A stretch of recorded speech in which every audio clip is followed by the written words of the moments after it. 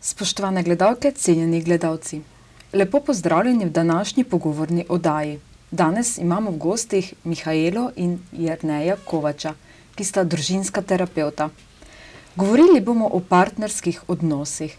In čisto na začetku, z prvim vprašanjem bi začela, s kom stopamo v partnerski oziroma v zakonski odnos? Ja, to je res tema, ki zaposluje marsikoga oziroma vsakogar izmed nas. Ne? Zdaj se večkrat vprašam, kako je sploh možno, da prideta ženska in moški skupaj, ki sta se karakterno zelo različna, vendar po našem prepričanju oziroma po našem modelu, po katerem mi delamo, verjamemo, da sta moški in ženska drug drugemu namenjena, ne? In da ima sta globlje stvari nekje nezavedno v sebi, ki jo privlači. In s časom komaj spoznata, da ko tista zaljubljenost mine, ko je nekako zaljubljenost mimo, da se odnos praktično komaj začne. Ja, mogoče res, ko tako gledamo pare, ne, ali pa tudi, če svoj odnos pogledamo, večkrat bi lažje mogoče shajali, ne vem, s komerkoli drugim, kot pa recimo svojim možem ali pa svojim partnerjem, ne. In dejansko je to en trik narave na nek način, ne, ko nekako mi poskušamo res v teh čisto najbližjih odnosih, se pravi partnerskih odnosih, dejansko razrešiti tiste svoje stiske, ki so nas ostale, tiste stvari, ki niso bile prej razrešene, in si zato nekako poiščemo nekoga, ki nam bo to pomagal razrešiti, ne. Če zdaj prav razumem, lahko tudi nekako primarna družina vpliva na to, da si najdemo določenega partnerja oziroma partnerico. Ja, vedno bolj grejo te raziskave, ne, v to smer, ki kažejo, da je primarna družina ima zelo pomembno vlogo pri izbiri partnerja, ne. Vemo v bližnji zgodovini, ne, da so ti nekako starši izbrali partnerja, ne, da je pač, kdo je imel več dote oziroma manj dote, nekako so se skladali, ne. Tudi v današnjem času še vemo, da v vzhodnem svetu tudi tam nekako starši so tisti, ki ti partnerja izberejo, ne. V zahodnem svetu pa je tako, kot da bi bila svobodna izbira partnerja, ne. To si pač zbereš, koga pač želiš, ampak nekako je pa globlja vsa stvar, kar pomeni, da ti nosiš sebi že en pečat oziroma eno vzdušje v sebi, ki si ga doživel v primarni družini, ali je to bilo vzdušje ljubljenosti, želenosti, hotenosti, ali je to bilo vzdušje, da so te v primarni družini zavračali, poniževali, ali da si se počutil celo zavrženega, ali doživel celo kako zlorabo. In to vzdušje ti nekako postane domače in primarno, in to vzdušje nezavedno iščeš tudi v partnerskem odnosu. To ne pomeni, da bi ti na zavednem nivoju iskal vse te slabe lastnosti, ki si doma živel. Ne, ravno nasprotno. Ti iščeš samo, da bo doživel nekaj drugega, nekaj bolj pozitivnega kot doma, ne. Ampak s časoma, ko se odnos razvije, ko zaljubljenost mine in ko res pride do tistih prvih konfliktov, spoznaš, da je to vzdušje zelo domače, saj te spominja na svoj dom, ne. Še najbolj kruto pa pri vsem tem je pa to, da iščeš partnerja, ki ti bo nekako ponovil vsa ta najbolj negativna vzdušja, ki si jih doživel v družini, ne. Ampak z enim namenom, ne, da se teh vzdušij tudi lahko razrešiš. Ja, tako nekako velja, ne, da mi ravno iz drugega zornega kota iščemo partnerja, ne, se pravi, moški nekako iščejo partnerke, ne, da bi ostale iste, da ne bi nič se spremenile, se pravi, da bi bile tako razumevajoče, da bi vsem jim pomagale, da bi jih razumele in tako na začetku, ne. Mi ženske pa nekako si želimo, ne, imamo sicer rade partnerje, ampak si nekje želimo, da bi tekom odnosa oni pa postali boljši, da bi se spremenili, se pravi, da bi na drugačen način prišli do nas. Če bom jaz ga imela dosti rada, ne, pa mu bom to pokazala, potem bo tudi on počas začutil, kaj si pa jaz od njega želim, ne. In ravno zaradi tega mogoče pol časih res pride do čistih nesporazumov pa konfliktov med partnerji. Na začetku ste bolj pri tem odgovoru ste omenili, da nekoč so partnerje izbrali starši, ne?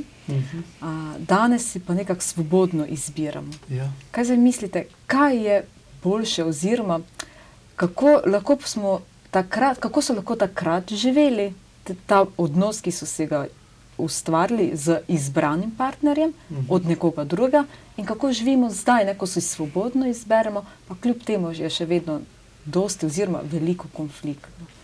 Ja, kljub temu, da je bilo prej, ne, tako kot da ti izberejo starši, zdaj pa je svobodno, ampak to, kot sem že prej povedal, mislim, da je tudi zdaj na nek način starši imajo eno vlogo pri nas, ko si pač te partnerje izbiramo, ne.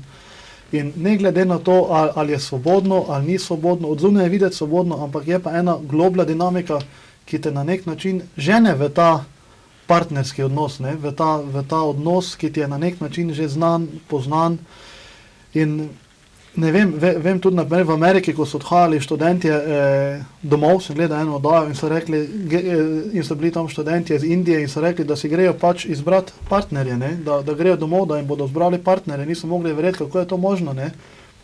Ampak ja, tudi mi tukaj v zahodnem svetu, ko si izbiramo partnerje, na nek način si izbiramo partnerje takšne na nezavedni ravni, ne, ki so nekako skladajo s to našo podobo naših staršev, ne.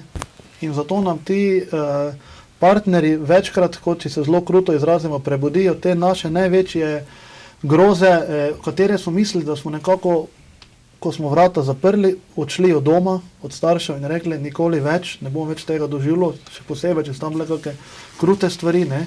Ampak časoma vidiš, da se ti to začne bolj ali manj v partnerskem odnosu ponavljati.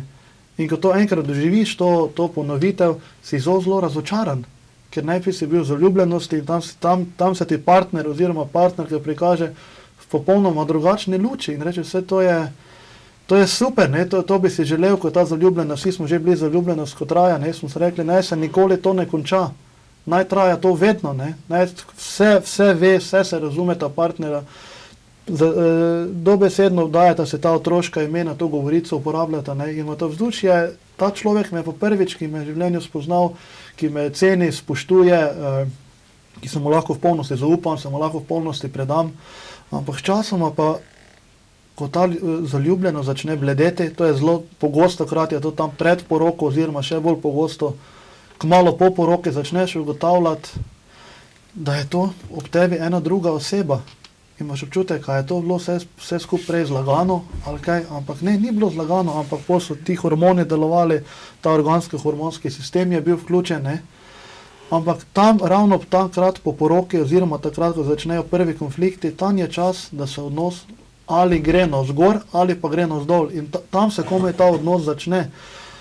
Ampak je pa najtežje tam iti, ne, ker tam te vse te stvari te spomnijo ponavadi na dom.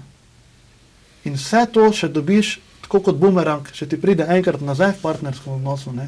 In dobesedno od tega ne moreš pobegniti. Večkrat me vprašajo ljudje oziroma starši ali pa partnerji, če si lahko mi izberemo partnerja naključno.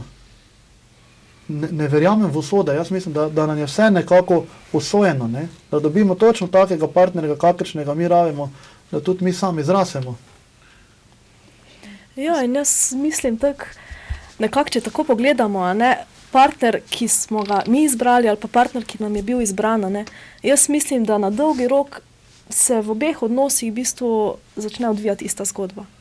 Ja, mogoče se drugače začneta, ne, ko si mi izberemo, je tam na začetku zaljubljenost, a ne, si tam polnosti, a ne. Ko nam je izbran, verjetno do te faze pride kasneje, ampak v bistvu tisto temeljno vzdušje v odnosu, pa jaz mislim, da je v obeh primerih bilo zelo podobno. Ker dejansko tisto temeljno vzdušje pa je res tisto, kar smo mi doma najbolj pogrešali, najbolj si želeli, a ne, tako pozitivno, kakor tudi negativno. Ja, se pravi, da se partnerje dobita na podobni čustvenem nivoju, ne. In zato si mi poiščemo podobnega partnerja sebi, ne. Ampak ponavadi, oziroma to je, lahko rečemo praviloma, pa imata nasprotne obrambne mehanizme. Kaj to pomeni? Na primer, da se mož umika, žena pa se jezi, besni, na primer, ne. Ampak oba se čutimo nekje sebi zavrženega, nevrednega, ponižanega, ne. In nekje smo še s temi občutki srečala v svoji primarni družini, ampak smo jih potlačila, nekako porinila zelo globoko v nezavedno, ampak zdaj v partnerskem odnosu se ti pa ta nezavedno začne prebujati. Na novo si jo začneš kreirati, ne. Ampak to, kot je že Mihela poudarila, sma pa nekdo, ne pomeni zdaj, da sem jaz zdaj bil bolj ranjen partnerka pa meni, mi verjamemo, da nekako to vzdušje, to ranjenost, če tako nekako rečemo, da je podobna pri obrema partnerjema, ne? Ampak ponavadi drugače odreagiramo, ne? Moški bolj, dosti krat čisto izkušen povedano z molkom, da se omaknemo, da se tako po domače rečeno mulimo, ali včasih kaj znorimo, zbesnimo. Ženske pa, kako Mihajla, če boš ti povedala, ženske pa... Ja, jaz pa mislim, mi pa dolgo poskušamo, a ne, pa vztrajamo in potem, če nekako se doživi, da tam ni uspeha, pol pa tudi obupamo, a ne. Verjetno, zdaj smo govorili že konkretno o odnosi, ampak da se odnos začne, pa verjetno prije najprej zaljubljenost, ne? Ja. Da bi zdaj pa povedali nekaj o tej zaljubljenosti, poznamo stopnje zaljubljenosti. Oziroma, ko se fant pa dekle zaljubite, potem niste celo življenje zaljubljena, ampak se enkrat verjetno ta zaljubljenost preraste v ljubezen. Kaj o tem, če bi gospa Mihajla? Ja, mogoče zaljubljenost je nekaj tako vzdušje, a ne, ki je zelo različno, bi rekla, od para do para. So tudi pari, recimo, ki niso bili nikoli zaljubljeni. In je zelo odvisno od vsega para res, koliko močno to zaljubljenost doživi. Spet pri drugih pa mogoče zaljubljenost traja kar naprej, a ne. Se zaljubijo, pa se potem sprejo, recimo, pa imajo en konflikt, pa se pol po eni fazi zopet zaljubijo, a ne, in na nek način ponavljajo to vzdušje. In ja, kako se v bistvu to začne, a ne? Zelo različno, a ne, tudi pri moških pa pri ženskah. Se pravi, se mi zdi, ko jaz gledam večinoma pri ženskah, a ne, mi zelo želimo na nek način se z moškimi pogovarjati, videti, kaj razmišljajo, kaj načrtujejo, a ne. Nam je zelo pomembno, da smo nekako razumljene, slišane, da nas se jemlje resno, a ne. Medtem, ko pa moški, mislim, da bojo ne povedal, a ne. Damo bolj na zunanje podobo, ne.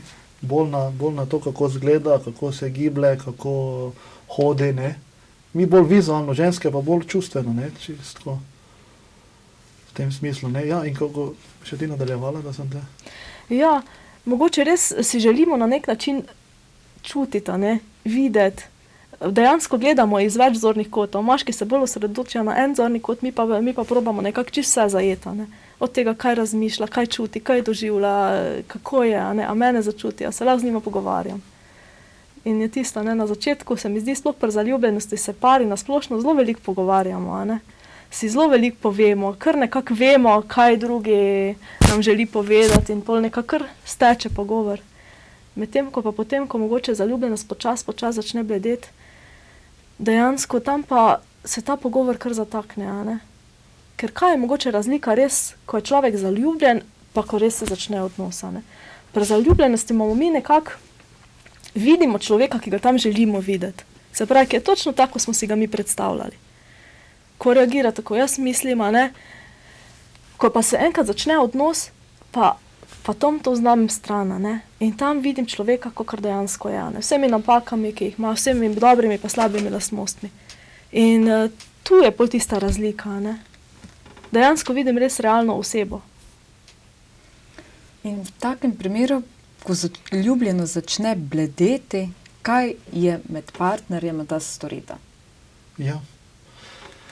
Ko zaljubljenost začne bledeti, ne, pol je to eno zelo veliko razočaranje, ponavadi ena zelo velika bolečina, ki se prebudi v partnerjema oziroma v zakoncema, ne, saj sta nekako upala v času te zaljubljenosti, da boste vse tisto dobila, ne, da je res to prvi človek, prvi princ, prva princesa, ki bo nekako ti to vse dala, ne. In večja, ko je zaljubljenost bila, ne, bolj tisto boli, ko spoznaš, tam pa je čisto ena druga oseba, ta človek me sploh nima rad, me zavrača, ampak to se postopoma začne, to ne pride naenkrat, ne. Najprej dobesedno, čisto malo, mogoče te stopnje tam, kako grejo, najprej partnerja dobesedno večkrat padajo ven šok. To pomeni, da ne moreta verjeti, da je to vse skupaj res. Kako je možno, včeraj smo se še pogovarjala, šla na nekakve izlete, se pogovarjala, bila romantična, zaljubljena, kar naenkrat pa imam občutek, se to je nekdo čist drug ob meni, kaj se je to zdaj zgodilo, a je to bilo vse skupaj sprenevedanje tiste zaljubljenosti, ali kako se je sploh to lahko vse tako hitro spremenilo.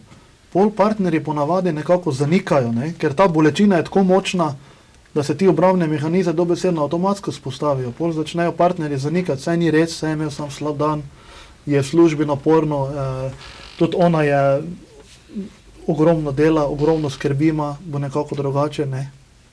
Pol pride ena taka jeza, ali je res to vse skupaj nama potrebno, zakaj se to nama dogaja.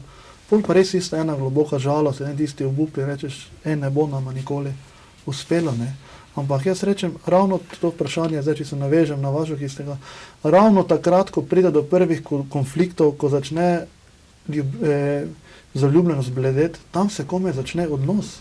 Sigurno je zaljubljenost tudi nujen pogoj za odnos, da se partnerja nekako začneta občudovati, ampak tam, ko pride do prvega konflikta, tam se začne odnos. Ali se bosta začela oni dva o teh konfliktih, o teh prepirih, o teh zavrženosti, ali do česarkoli pride negativnega, pride med njima, začela res pogovarjati, kot odrasliva, odgovornega človeka, ali se bosta začela nespoštovati, kregati, grdo govoriti drugem, ali pa bosta z tega odnosa nekaj naredila.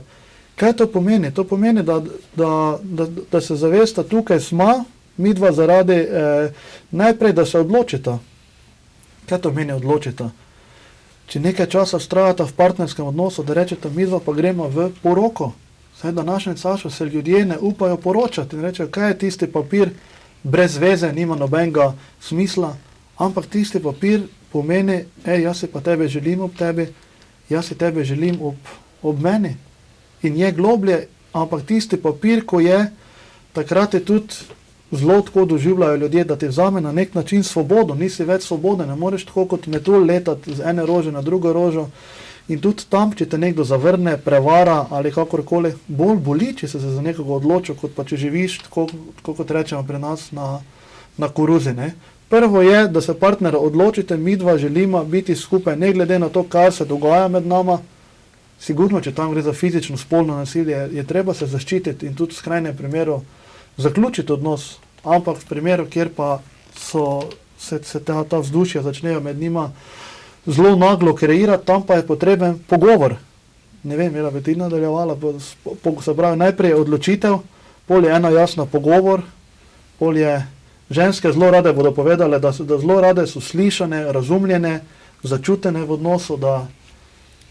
Ja, in mi zelo na dolgi rok gledamo stvari, a ne, moški zelo hitro pozabijo, se nekaj razjezijo, nekaj narobe naredijo, a ne, se upravičenijo in je ta stvar zaključena. Mi pa v bistvu zelo dobro si zapomnimo, kaj so vse kdaj naredili narobe, a ne, in znamo zelo te spiske, zelo dolge imeti, a ne. In tu se pol ponavadi začne, a ne, ko dejansko nekako začneš doživljati, ja, da pa se kar vedno nekaj dogaja, da kar nikoli ni tako nekako, da kar nikoli nisi slišan, da nikoli ni tako, kot si ti želiš, a ne. In tu se pol tisti najbolj boleči stavki začnejo izrekati. Ja, nikoli me nisi imel rad, nikoli nisi tega naredil, nikoli tega ne narediš, a ne. In tu je res fajn, da se začnemo pogovarjati čisto o tem, kaj je res ta stiska tu od zadaj, a ne. Ker ponavadi vse okrog časa se začnejo konflikti, v takih čisto malenkostnih stvareh, ki v bistvu sploh niso pomembne, ne vem, pospravljanje recimo, ali pa ne vem, kam je treba čevlje odložiti, ali pa zamujanje, to je tudi zelo pogosto, a ne. Telefonski klici, recimo ene take rožice, recimo, zdaj smo glih ob dnevu žena, smo dobile rožico ali nismo, a ne. Ampak v bistvu bi rekli, ja, pa saj to je sam, ne vem, posel za cvetličarje, ampak mislim, da nekje v globini nisem to, a ne. Ampak je tista rožica ima še več, bi rekla, nekako pomenov, a ne. In je važno, da si mi lahko o tem povemo. Se pravi, da jaz njemu povem, kaj meni tista roža pomeni, a mi res samo tisto rožico pač nekaj, ali mi to pomeni, ja, imeti rad, misliš name, pripadaš, a ne. In se to da tudi na drugačen način dobi. In to pomeni, ne glede, ko do teh konfliktov pride, da je znotraj enega partnerskega odnosa spoštovanje. Kaj to pomeni spoštovanje? Da se kljub temu, če te imaš občutek, da te žena oziroma mož prizadela, da ne govoriš grdo, da se ne maščuješ, ampak da čisto poveš o sebi, o svojem doživljanju, ki ga tam čutiš, in da se začnemo čisto odraslo, odgovorno pogovarjati, ker mi se v današnjem času zelo težko pogovarjamo, da se rečemo, rad te imam, rada te imam, zdaj sem pa žalosten, zdaj sem pa nesrečen, strah me je. To so ene stvari, ki so bolj ali manj za nas španska vas tukaj na tem prostoru, ne? In ne vemo se pogovarjati o teh osnovnih potrebah, željah, hotenjah. In to, tako kot je že Mihela nekako začela, to se začne nabirati in ko si ne slišan 100-krat oziroma 1000-krat v partnerskem odnosu, se pa začneš počasi zapirati, tako kot školjka, ne. In to školjko pol zelo težko odpreš. In bolj, kot si zaprta in ta biser je pa ponavadi tudi, to so ti vprašanje, če me bo spoznal, kakšen sem, kakšna sem, še boš vedno z mani, ti lahko tudi povem, da sem negotova, da me je moške, da me je strah, da me je sram. To so ta osnovna občutja, ne da bi jaz o tem povedal, ampak nekako je en cilj, da greš tja, da si ranljiv o partnerju in sigurno pa, da si, ko si ranljiv o partnerju, ko se izpostaviš, odzoveš, te je pa vedno strah, a bom slišal na oni strani, a bom me začutil, a bo sploh vedel, o čem govorim, ne. In če imaš občutek, da te ne sliši, pol se začneš vedno bolj zapirati, oddaljevati in tam pride do prevar, do nasilja, do ne vem česa vse. Ampak rad bi še to samo poudaril, čisto za konec tega vprašanja. Za partnerski odnos se morata odločiti oba. Tako mož in žena, če se samo eden odloči za partnerski odnos, je premalo. To je isto tako kot ples. Za ples morata oba biti, da se nekako sozvočijo, da se začutita, da nekako zaplešeta. Zato se morata oba najprej odločiti, jaz želim v tem odnosu rast, jaz želim v tem odnosu kot mož rast, kot žena rast in da se v odnosu zaradi sebe, ne zaradi drugega. Da se v odnosu lahko kot moški oziroma kot ženska izpolniš in dogradiš do konca.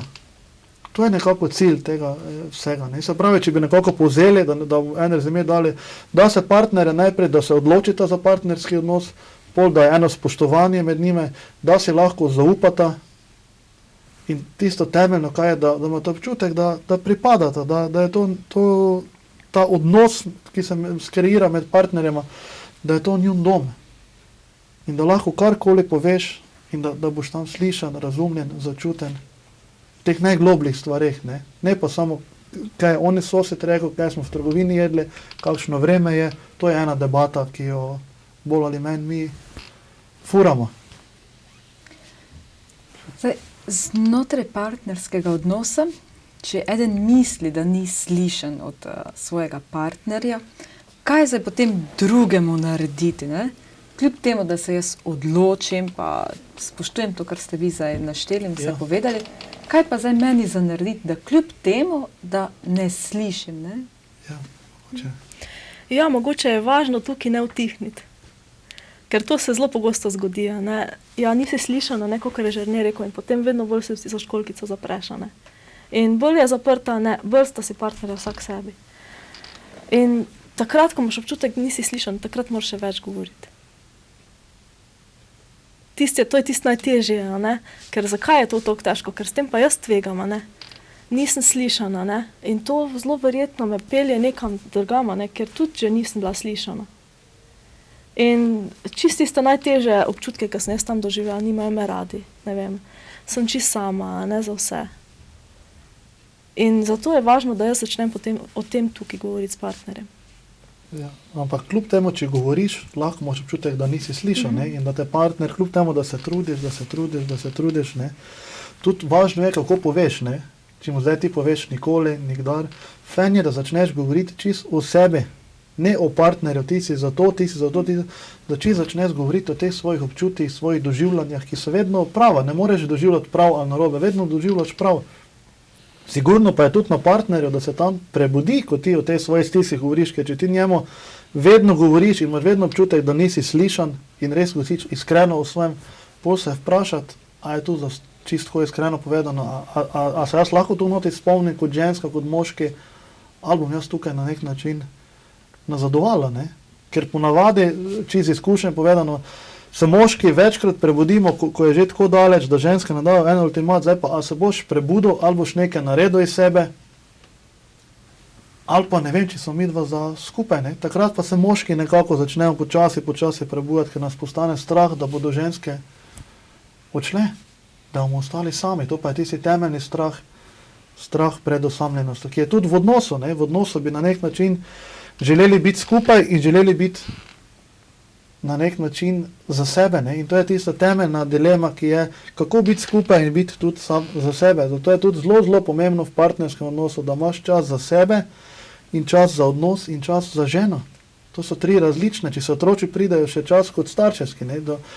Če sebe zapustiš v partnerskem odnosu, tudi ne moreš partnerstvo funkcionirati. Hkrati pa ne moreš tudi dati samo sebe na pedestal, medtem ko je odnos na stranskem tiru, ne, se pravi, da moraš zelo, zelo plut tukaj notri, ne, znotraj teh odnosov. Ves čas govorimo o pogovoru, ne? Kako pomembno je, da se partnerja med sabo pogovarjata. Čist od začetka, verjetno od prvega poljuba naprej. Ne? Ali se lahko teko pogovora oziroma teko razvoja odnosa izognemo tem konfliktom? Oziroma tudi, če ta nezavedni del spoznamo, ga preučujemo, če lahko rečem tako v narekovajih, in se zavedamo nekih ran in tako naprej, ali se lahko potem izognemo konfliktom? Jaz mislim, da se niti ni treba truditi, da bi se konfliktom izognili, ker konflikti so zelo tako negativno, ta beseda zveni. Konflikt je nekaj strašnega, nekaj groznega, kar se nam ne sme zgoditi, ampak to v bistvu sploh ni res. Ker jaz mislim, konflikt že zaradi tega, ker smo midva različna, ne? Tudi smo prej govorili, ja, zelo različno se zaljubimo. Jaz se ne zaljubim v tistega, ki bi meni najbolj ustrezal po mojih, ne vem, mojih osebnostnih lastnostih, ker se ne bi rabila nič z njim kregati, ne? Zaljubim se z nekoga, ki je čisto različen od mene. Ravno zaradi tega, da se bom jaz lahko tukaj začela kregati. Ampak kregati v enem pozitivnem smislu. Se pravi, da bom jaz tukaj videla še en drug odziv na svojo stisko in da bom nekje tukaj jaz tudi tisto svojo stisko lahko izpregovorila z nekom, ki me razume, a ne? Ker v bistvu reagira zelo podobno kot jaz, samo na drugačen način. Ja, konflikti so, jaz mislim, da se konfliktov, tako da je že Mela podarila, vsi nekako začutimo, ko se pa kregamo, zdaj smo pa nekako poraženci v tem. Ampak sigurno znotraj konflikta mora biti, kot sem že prej rekel, najprej eno spoštovanje, nekaj, če je to, da je res eno poniževanje ali da je res tam so kakšne kletvice še prisotne, ne? To pol ni konflikt, to je bolj spada nekje v gostilno. Se pravi, da je eno spoštovanje med partnerjem, to je tisti temelj vsega, ne? In če to spoštovanje je, po mojem konflikt ni nič slabega, ne? Že star pregovor pravi, če se ne bi kregali, ne bi vedeli, kako je fajn, ko se ne kregamo čisto po domače rečeno, ne? Zato pravim, konflikti so nujni in da bi rekel, konfliktov pa več nikoli ne bo. Ne, so nujen del odnosa in se ga ne moreš nekako umakniti tem konfliktom, ne? Ampak konflikti, kjer je prisotno eno spoštovanje, kjer je prisotno en občutek, da veš, da bomo kljub konfliktov se miva naprej pogovarjala, da ne bo pol čustvenega, včasih tudi fizičnega odmika in reče, zdaj te pa nekako 2 dni ne bom gledal oziroma te 2 dni ne bom gledala in hodimo mimo drugega, tako da bi bili tujci v isti hiši in čakamo, ali bo prva žena prišla do mene, ali bom prvi jaz prišel do njo in imam občutek, ne, jaz se ne bom ponižal, ne bom prišel do tebe, boš ti prišla do mene in se tako čakamo, ne. Ampak zakaj bi se čakali, vedno pravim jaz večkrat tam pacientom, zakaj ne bi mož oziroma zakaj ne bi žena naredila prvi korak in šel preko sebe in rekel, jaz pa grem zaradi sebe do žene oziroma ona do mene, ker tudi meni ni prijetno v tem vzdušju, ne. Ampak mi se pogostokrat čakamo in se tako dolgo čakamo, da že vlak pogostokrat odpelje, ne. In ni prijetno, zato pravim, konflikti naj so, ampak v teh mejah, ki sem jih pravkar opisal. Ja, in fajn je, da pri konfliktu res ostanemo tam, kjer smo, ne. Se pravi, da govorimo res o tisti stvari, ki je sporna, recimo, midva smo različna, nemamo različne stvari, kaj nam je všeč, recimo meni je všeč modra, njemu pa rdeča, ne.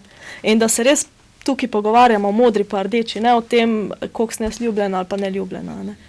In fajn je tudi, da res govorim o sebi, kaj jaz čutim, kaj jaz doživljam, ne o njem, kaj on nadela, pa kaj on ne doživlja, ne.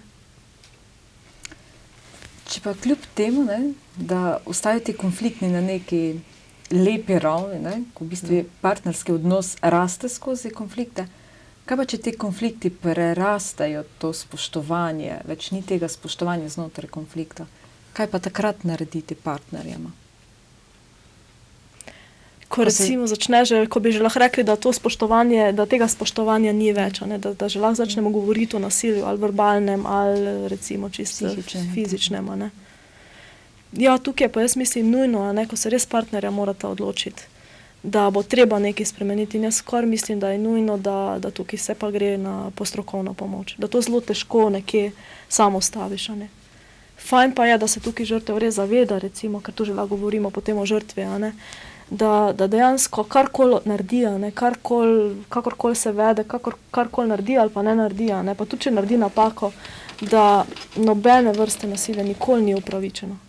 In da izključno je odgovoren tisti, ki to nasilje nekako daje ven, ne, za to nasilje. ne moreš se sprovocirati, ne? Čeprav se to radi rečemo, a ne? Ja, saj, če bi pa bila ona bolj tih, pa on tudi ne bi bil nasilen, a ne? Tudi, če je to res, nekdo je nasilen zaradi sebe, ne zaradi drugega, ker ne more sam obvladati teh izpadov, a ne, jeze.